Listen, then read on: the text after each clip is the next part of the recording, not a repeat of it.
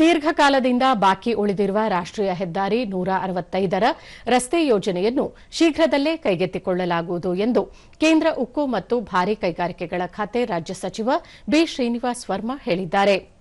ಭೀಮಾವರಂನಲ್ಲಿರುವ BJP ಕಚೇರಿಯಲ್ಲಿ ಸುದ್ದಿಗಾರರೊಂದಿಗೆ ಅವರು, ಈ ಯೋಜನೆಯನ್ನು 3 ವರ್ಷಗಳಲ್ಲಿ ಪೂರ್ಣಗೊಳಿಸಲಾಗುವುದು.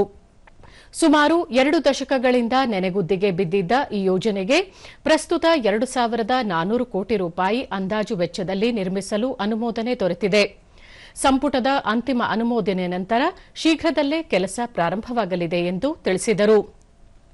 ತಾಂತ್ರಿಕ ಸಮಸ್ಯೆಗಳು ಮತ್ತು ಇತ್ತೀಚಿನ ಮರು ಸಮೀಕ್ಷೆಯಿಂದಾಗಿ ಯೋಜನೆ ವಿಳಂಬವಾಗಿದೆ ಎಂದು ತಿಳಿಸಿದ ಸಚಿವರು, ಈ ಬಗೆಗಿನ ವದಂತಿಗಳನ್ನು ಸಾರ್ವಜನಿಕರು ನಂಬಬಾರದು.